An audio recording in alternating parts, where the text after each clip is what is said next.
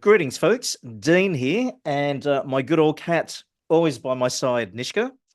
We have a special guest today, Michael Perry Clemons. Now, Michael has been a resident of Tokyo, Japan for over 30 years and has a strong background in finance, but also in philanthropy as well. So, I'd like to start this journey of our conversation today inviting Michael to share. There was a particular event in 2007. It had something to do with a gentleman in a big red suit. And that gentleman, I believe we know, Santa Claus. So, on that theme, Michael, could I invite you to introduce yourself a little bit and share with the audience what does the man in the red suit have to do with today's chat? Yeah, I always say my goal in life is not to be the obvious Santa Claus candidate, but in this case, I was invited to play Santa Claus at an orphanage in Hiro in Tokyo. Now, Hiro is pretty famous amongst the expat community, and so immediately people think, first of all, I didn't know there was orphanages in Japan, and secondly, why in such a swish neighborhood? And it just so happened that that particular orphanage was gifted their land by probably not the current emperor, but probably the current emperor's grandfather. So it's an imperial gift. So they never lose that land, if you will. Um, so I didn't know what to expect, and I never, frankly, ever thought about orphanages prior to going into the room. And I couldn't help but notice, to be frank, when I walked in, that a lot of the kids were not 100% Japanese. And I Hmm. had hoped that was not the reason that they were in the homes. I think since then I'd learned there's many and probably too many reasons to overgeneralize why the kids are in the home. Anything ranging from poverty to abuse to the fact that, in reality, perhaps they lost both parents in an accident and therefore they are truly, orphaned, if you will. So I say that I walked in 2007 and I never really walked out. And we've Wow. been working in that space ever since. Yeah. Wow. Okay. So that, and I guess to be totally honest, in my world, the thought of thinking about orphans is really something that I guess we know they're out there, but we don't really think about the impact of orphans and society, right? Um, Usually, we talk about children that they're influenced by the parents. So whatever the parents did, they're responsible for the family group. But for the orphans, well, I guess firstly, they don't necessarily have the choice of their situation. And also their exposure generally to society doesn't just come from parents, of course, unfortunately, but in this particular case, could be from many other areas from society. So in some ways, there's a lot more potential for development of orphans purely because of the exposure opportunities. So Michael, what brings your energy, with your extensive career, to now be devoting your efforts to spending time and helping the orphans? Yeah, I guess I would say around 2007, there was several things going on at the same time. There was the Lehman shock. Mm, There was subprime in the market. mm, I was returning from Australia to take on a new role at an investment bank. And at the same time, my roommate in college, who really was the reason that I came here in the first place, his first child happened to be born with Down syndrome. So there's right. a lot of things going on around that time. I think what I realized is that there was a bucket of money really at the bank that had never been applied for Japan. And so once I went into the orphanage and realized is the ability to get funding from the bank, naturally I asked for it. And I was one of the first persons to ever ask for money in Japan and Asia. And even though subprime was going on in the Lehman shock, there was about $2 million budgeted for charity alone in Asia alone. And so I was the first person to be able to get that money to come into Japan. Um, to be frank with you, in the beginning, I never really thought twice about why I was doing what I was doing. now that the years have gone by and I've been able to reflect on it, the truth of the matter is I was abused as a child. Right. And it really was not in the forefront of my mind when I started this work. But even, when I was young and, when I kind of had the heart to heart about the abuse, even with my own mother, who allegedly was not aware of the situation, she said, I always wondered why you were always sticking up for all the little kids in the neighborhood. And Mm, so I think that there's probably a part of me that has always kind of had that soft spot, if you will. But I also feel to a degree that that abuse that I experienced became kind of my superpower. And so I'm kind of turning it around from being a painful experience into something that hopefully is powerful. And at the same time, as you mentioned, these kids, what I always say is none of us has to be born, mm, right? And that's true. And so we don't really want to focus so much on the circumstances in which they were born. We rather want them to focus on how they want their lives to end up, and mm, change the whole power paradigm between how they came into this world versus how they want to be walking towards the life that they want. And if they can't articulate the life that they want, then we ask them, well, what do you not want? mm, Because if you really can think to yourself what you don't want, and really understand how that feels, then what is the polar opposite of it? Right? mm, So for example, if you don't want to end up homeless or alone or, et cetera, then what is the opposite of that? And then mm. believe that that's going to happen. Believe that whatever it is that you want in life is already happened. And Wow. then come back to the physical world at the present moment, and we will work with you to take the steps necessary to get there. And Wonderful. so I think, the other reality is I come from a rather large family, but I wouldn't say that even what I would say rather is even if you're in a house filled with people, you can still feel alone. Mm. I And think and I that think statement itself, it's a very common statement, especially with society, right? We live in yeah, big cities, but often alone. But firstly, can I just come back a moment, Michael, and sure. just allow me to share? I appreciate your um, openness, your honesty, and even the courage to share that little bit about yourself as well. Uh, I really, again, that's something that most folks would not normally be open about. So again, thank you very much for that. The other part, of course, is about providing opportunity, as you mentioned, changing that paradigm mindset about the situation to what could be done, and taking your example, what you don't want. Slight side topic. Often, when I go out to dinner with friends and everyone's trying to decide where they want to go, I'll usually start by saying, "Where do you not want to go, or what food do you not want to eat?" And that tends to make the options, like you shared, a much easier process to decide, therefore, where we will go, right? So it's a very, very similar Mm. mindset. Now, coming back to the orphans and your experience with them, I'm sure it's not just like a child minding facility, right? You do a lot for them in their development. I think there's things like teaching data literacy and many other things. So, Michael, could you share what sort of work do you do with the orphans? Well, the beginning in 2007 was simply looking at what jobs would be available in the next 10 years from there. And thinking to ourselves, number one, they all need to have access to the internet. Yep. And I think everyone will agree we now live in an information society.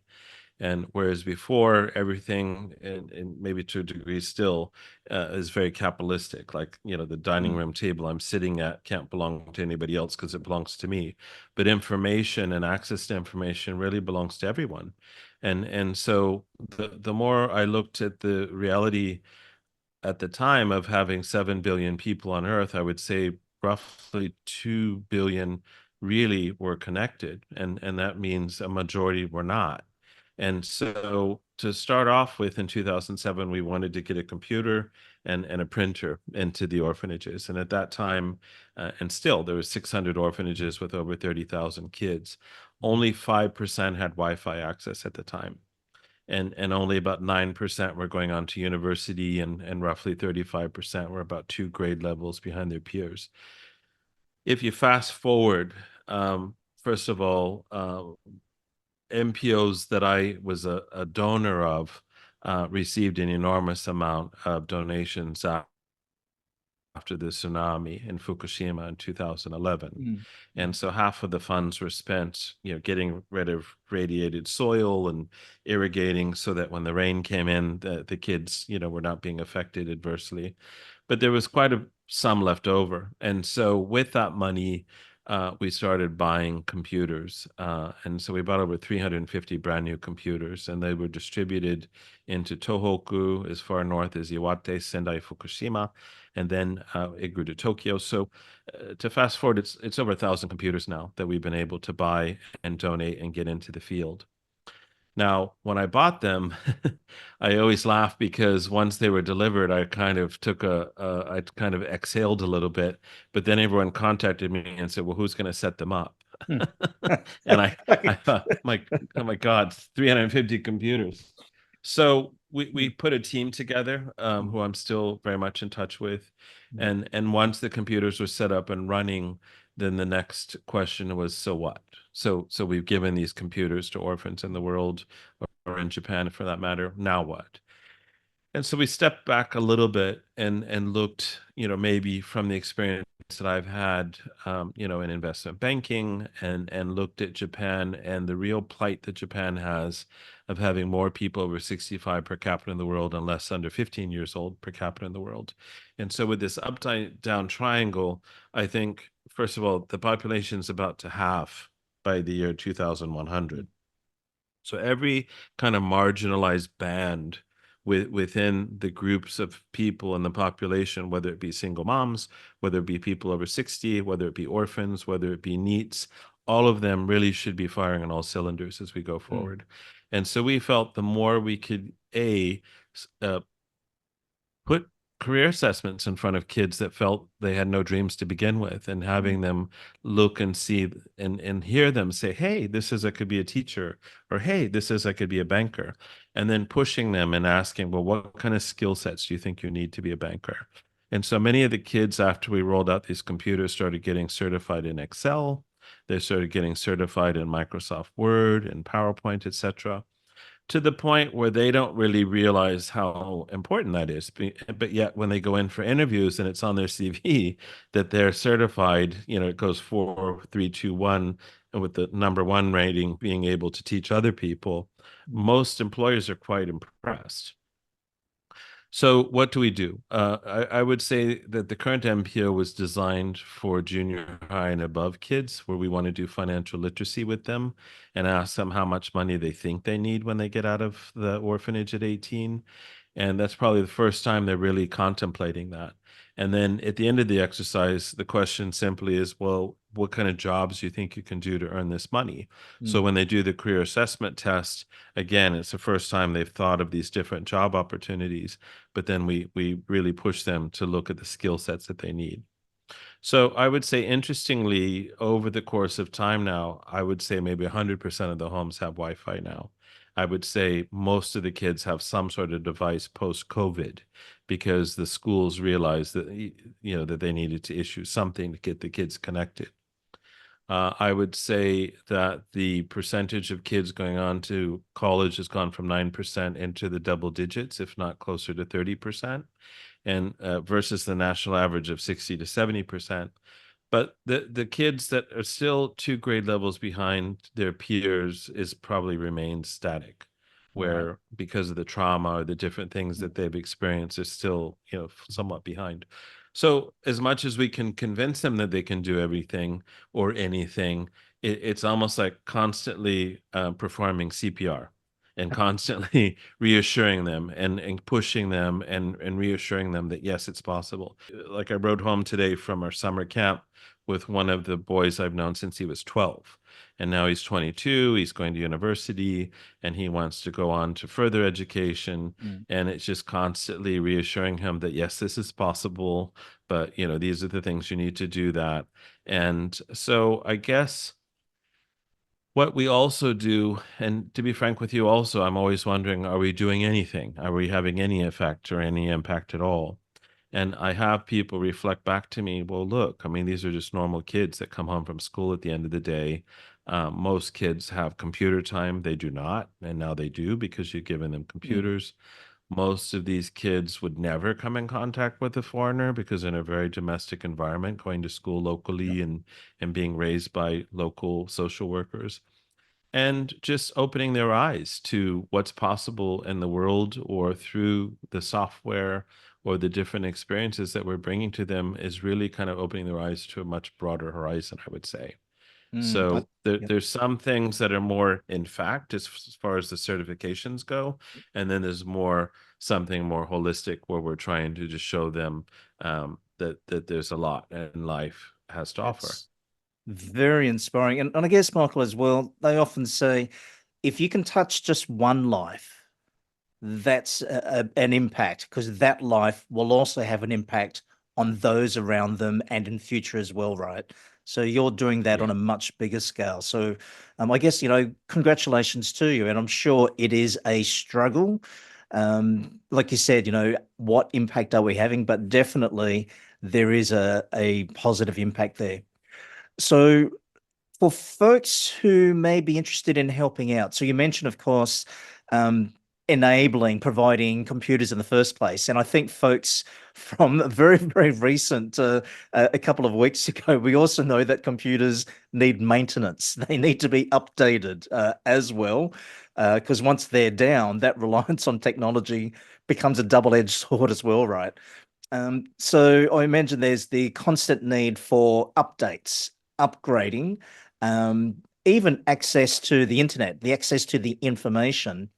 Many of us take it as an assumed it's our right, but doesn't necessarily mean we all have equal access.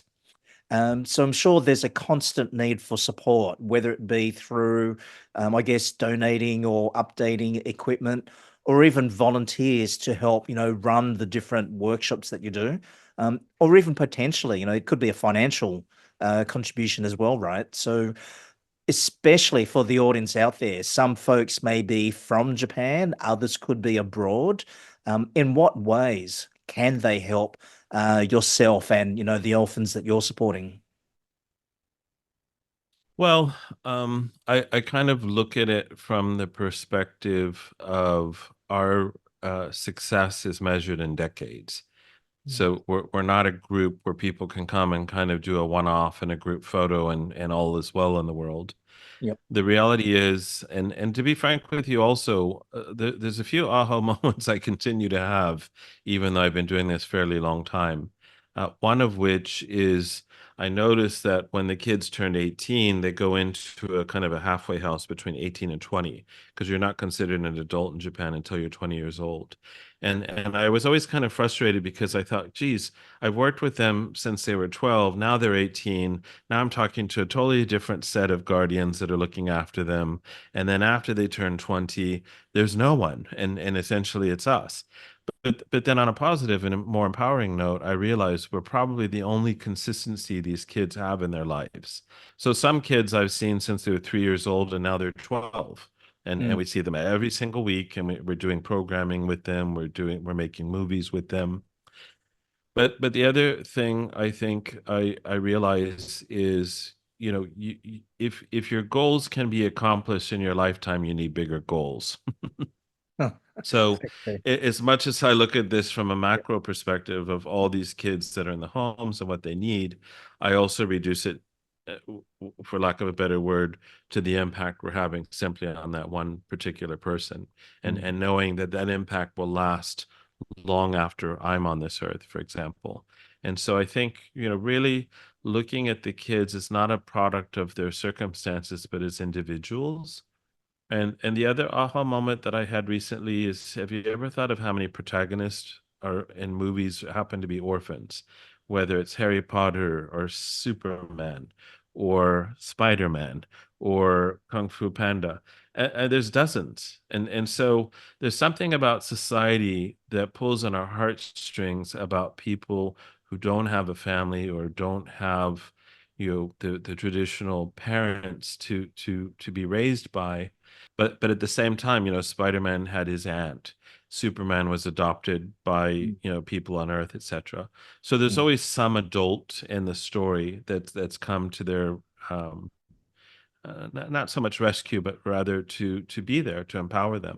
Or And even and I provide that stability that you're kind of talking about as well, that consistency in their upbringing or journey, whatever that may be. Mm, But I'm also well aware, that I'm the guy that stands up at Christmas parties and pulls on those heartstrings. But my point to everybody is, I don't think we should feel sorry for these kids because they don't feel sorry for themselves.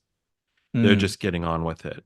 And so whether you're donating money or you're donating time, which is more valuable in my opinion than money because it's finite, or you're donating resources to a child that's going to go on to university, needing hardware, needing financial support, mm. needing help and coaching even after they accomplish all these things, it's really helping them get on with it. And I really feel like there's an orphan crisis in the world, and I've just narrowed it down because I live in Japan to the focus of Mm. the children here. But at the same time, I think there's 153 million orphans on Earth. Wow. And so when we look at it from that perspective, it is somewhat of a crisis actually. Mm. And how we want them to be contributing to society, but more importantly, feel like they're part of something bigger than themselves is really how we should be navigating it. Oh, great. Thank you for that sharing, Michael.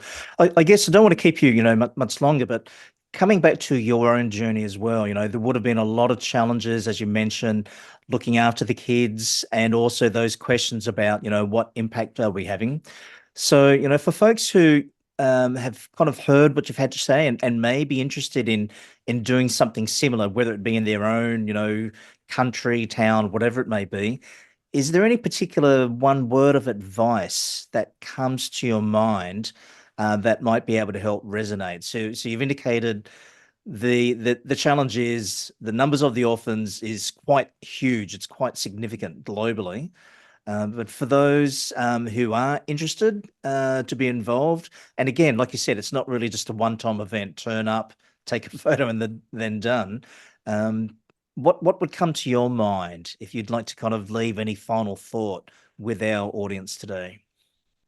I think it's very easy for lots of us to walk into a room and tell people what we think they need to do. Mm, I think my word of advice is always when you're looking to help someone, is to simply ask them what they want. mm, And when they're able to articulate what they want, help them in that journey towards accomplishing that. mm, I think too often, whether you're working with refugees or orphans or homeless, or whatever, we might come in and say, "Oh, well, you need to do this, that, and the other," but that's mm, not in fact what they want to do, or that's not in fact necessary for them. mm, I'll give you an example. The kids in the home said, "We don't eat but once a day." Kids that have aged out, rather. mm, And I said, "Oh, why is that?" "Because we don't have money."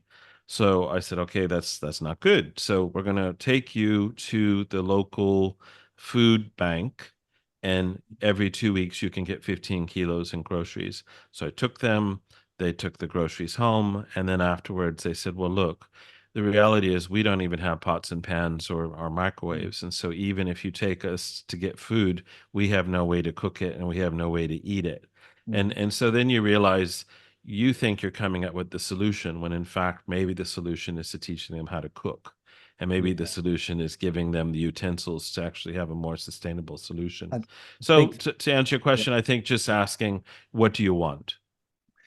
Michael, I think that's a very pertinent point, and often we project our own beliefs or biases before understanding what the actual situation is, right? So that's a really Yeah. good point to bear in mind.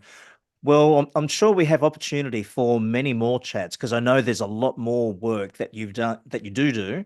We've only kind of touched just a very tip of that. So hopefully we can arrange another time to catch up. I'm sure Nishka would still be like to have you join us again as well. We'll say goodbye at this stage to our audience. So once again, Michael, thank you very much for your time and especially sharing that part of yourself. And we look forward to having future discussions from folks sharing their own journeys. So goodbye from now. We'll sign off at this stage. Thank you again. Thank you very much. Thank you for your time.